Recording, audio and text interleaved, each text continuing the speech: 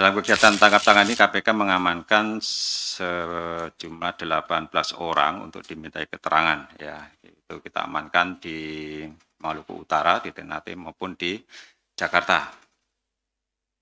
Antara lain AGK, ini Gubernur Maluku Utara dan seterusnya, ini sampai RZ, ini ajudan, ada 18 orang.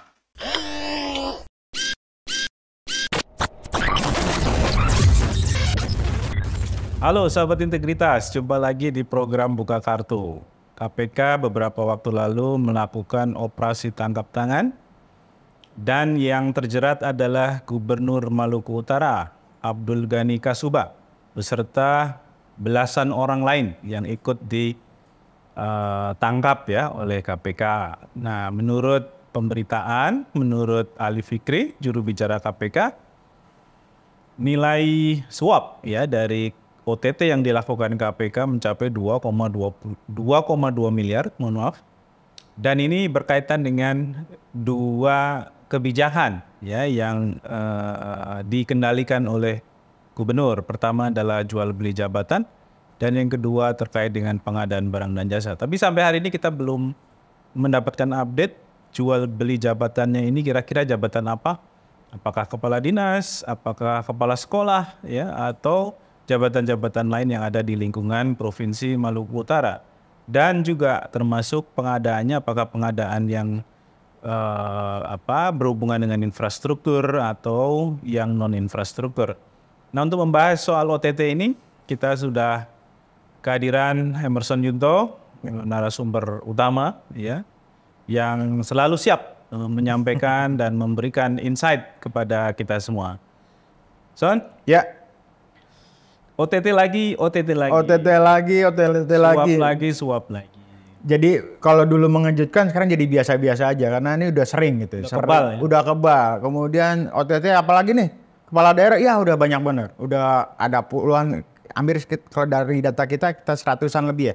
120, 150-an kasus korupsi kepala daerah yang sebagian besar diantaranya buah dari OTT KPK. Oke, ini berarti sudah yang kesekian kali. Sekian kali dan modusnya atau polanya sama, klasik. Kalau nggak jual beli jabatan, pengadaan barang dan jasa. Jadi apa yang dilakukan oleh Gubernur Maluku Utara, Abdul Ghani Kasuba ini bukan satu yang istimewa. Jadi dia gunakan cara-cara klasik gitu ya, cara-cara klasik tradisional bisa dikatakan begitu. Kalau nggak pengadaan barang dan jasa, bermain-main di wilayah itu ya bermain-main di wilayah jual beli jabatan karena kapasitas dia sebagai kepala daerah.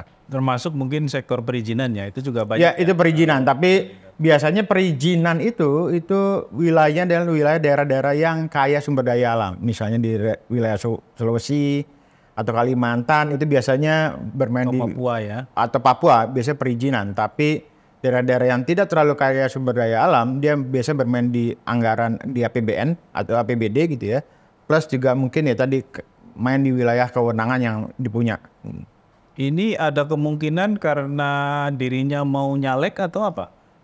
Ya ini kan Ini kan 2 periode ya kalau informasi yang kita dapat bahwa Abdul Ghani Kasuba bahkan kalau mengistilahkan dalam istilah agama sebenarnya posisi dia itu su'ul khotimah ya. Artinya apa? Sebenarnya masa jabatan dia tinggal menghitung hari. Harusnya husnul khotimah. Su'ul khotimah. Jadi di akhir justru dia terjebak dengan dengan praktek korupsi yang sebenarnya dari beberapa, misalnya kalau Mas Adnan ikutin di pemberitaan yang muncul bagaimana dia lakukan sosialisasi ke jajaran di bawahnya, jangan lakukan korupsi. Tapi itu kan biasa ya, maksudnya kepala daerah atau pejabat setingkat menteri kan juga ya, sering berkhotbah seperti itu. Betul, tapi khotbahnya buat orang lain, Pak Tan. Bukan buat diri sendiri. Nggak seperti khotbah Jumat ya? Betul, kalau khotbah Jumat kan buat dirinya dan juga jamaah sholat Jumat gitu ya. So, ini kepala daerah ini kan kayaknya gampang sekali ya. Atau mungkin sebelum itu kalaupun misalnya ini adalah last minute OTT-nya, apakah kita bisa mengatakan ini kasus yang pertama dia lakukan? Saya menduganya enggak. Jadi kalau dari beberapa kasus-kasus OTT yang kita jumpai itu biasanya adalah pertama jumlahnya apakah kan tadi disebut 2,2 miliar. Pertanyaannya ada apakah betul 2,2 miliar atau sebenarnya ada jumlah yang lebih besar? Karena ini kan biasanya mereka bagi dalam berapa termin tuh Mas Adnan. Termin pertama sekian miliar, termin kedua berapa miliar, yang terakhir berapa miliar. Saya menduganya jangan-jangan ini bukan komitmen keseluruhan. Dan itu baru satu proyek, Pak Adnan. Belum proyek yang lain. Jadi ini istilahnya pas kebetulan mungkin kontraktornya lagi apes gitu ya.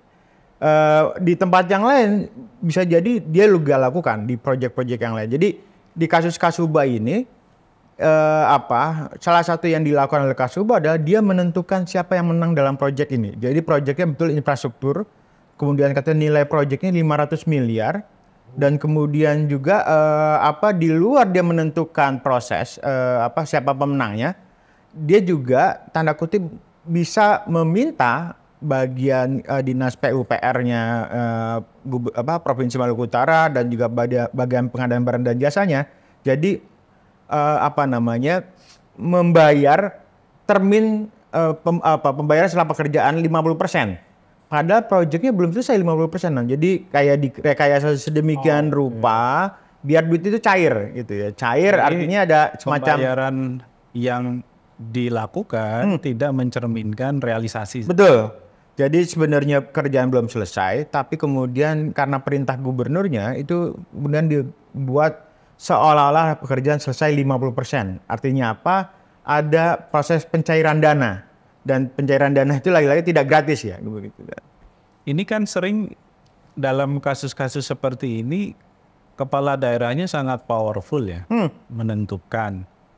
Dan juga seolah-olah bawahannya tidak bisa berkelit. Nah, apakah yang terjadi sebenarnya itu karena anak buahnya tidak bisa berkelit, atau sebenarnya ya mereka juga karena mendapatkan jatah ya dari mungkin fee atau suap yang diberikan, ya mereka juga mau. Ya, ada isu soal loyalitas, ada isu juga mereka juga bagian dari persekongkolan jahat ini ya. Jadi kalau loyalitas itu maksudnya begini, kalau dia nggak nurut kemauannya Pak Gubernur, kemungkinan digeser pasti akan tinggi gitu ya.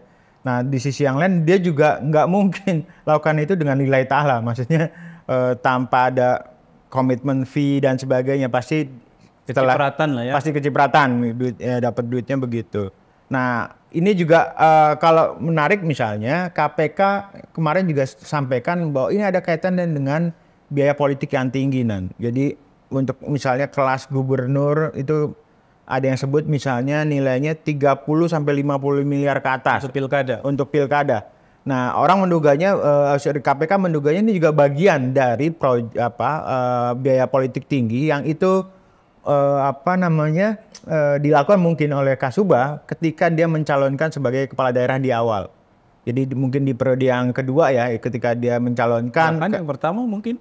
Sangat mungkin. Jadi ada janji-janji tertentu kalau menang dia bantu dana kampanyenya selama proses gitu ya, pilkada. Kemudian tadi kalau menang kamu akan saya tunjuk.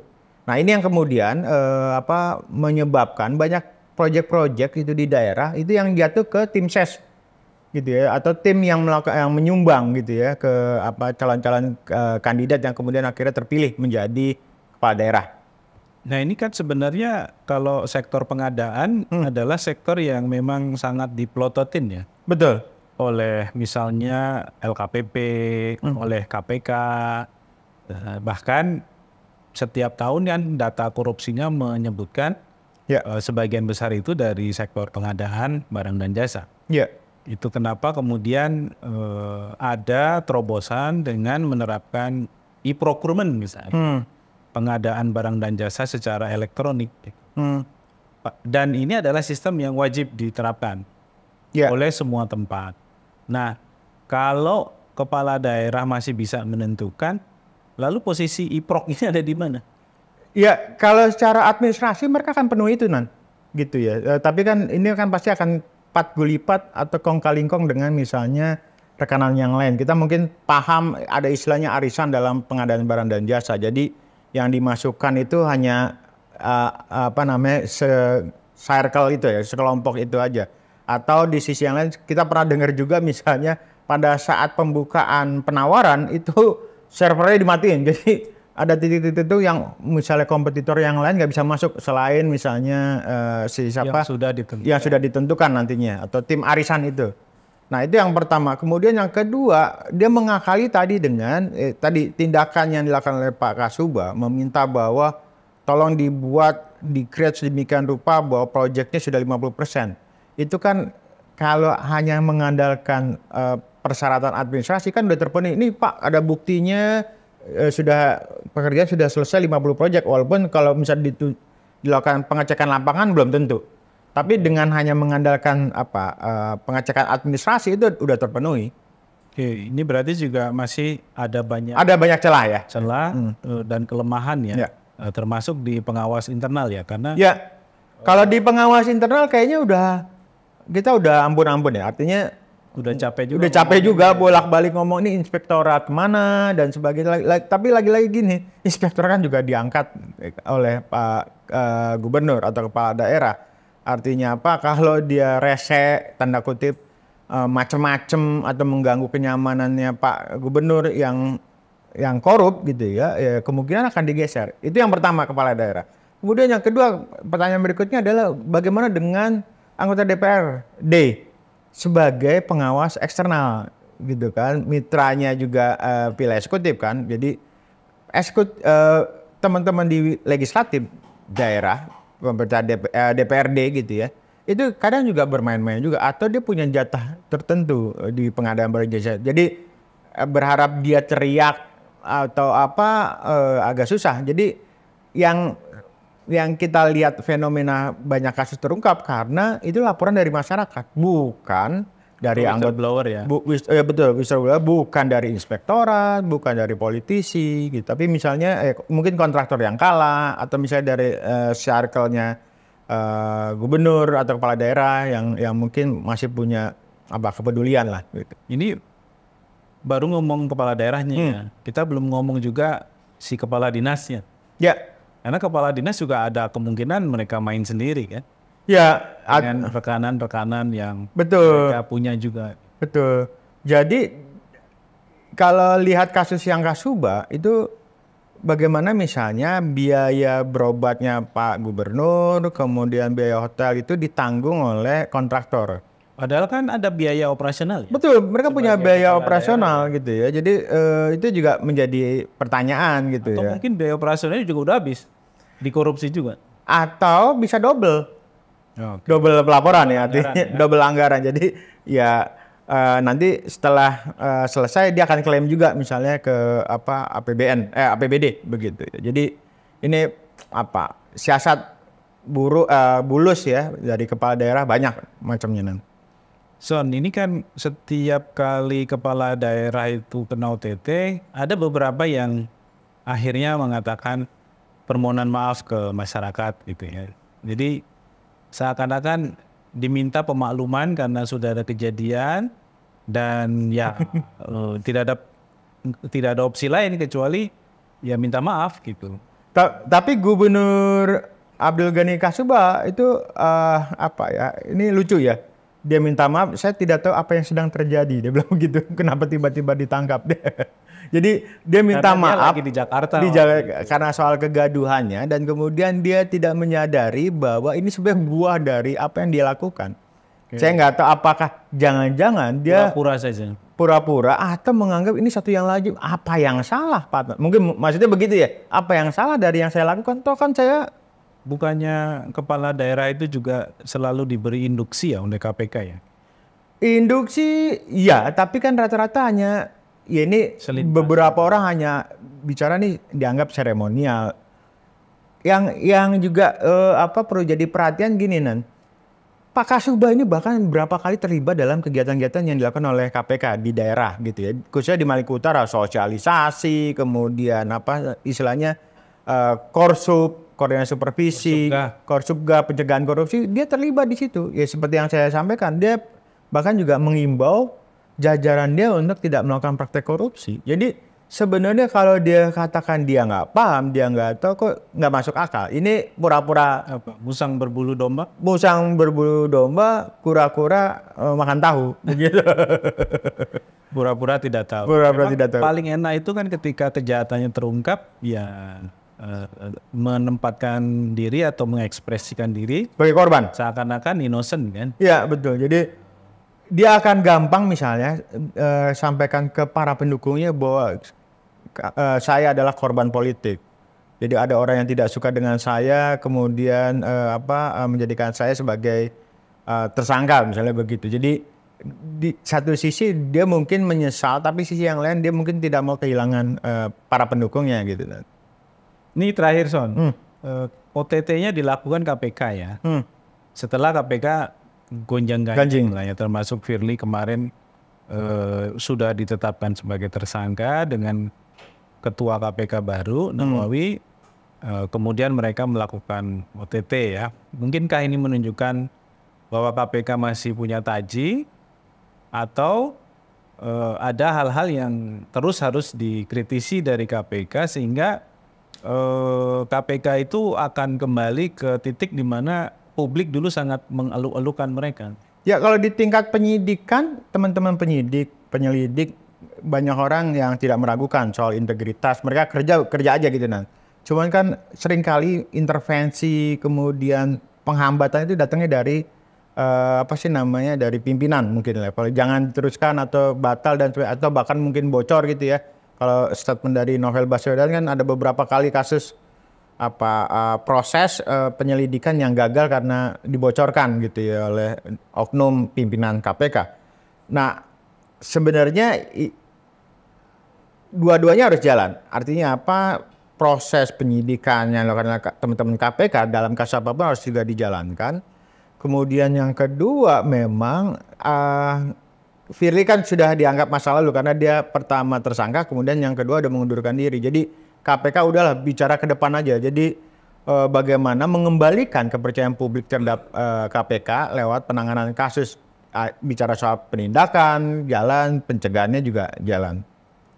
Oke Son, sepertinya kita juga masih akan menunggu kasus-kasus OTT lainnya. Ya mudah-mudahan banyak. Karena ekosistemnya kan belum terlalu Betul. banyak berubah.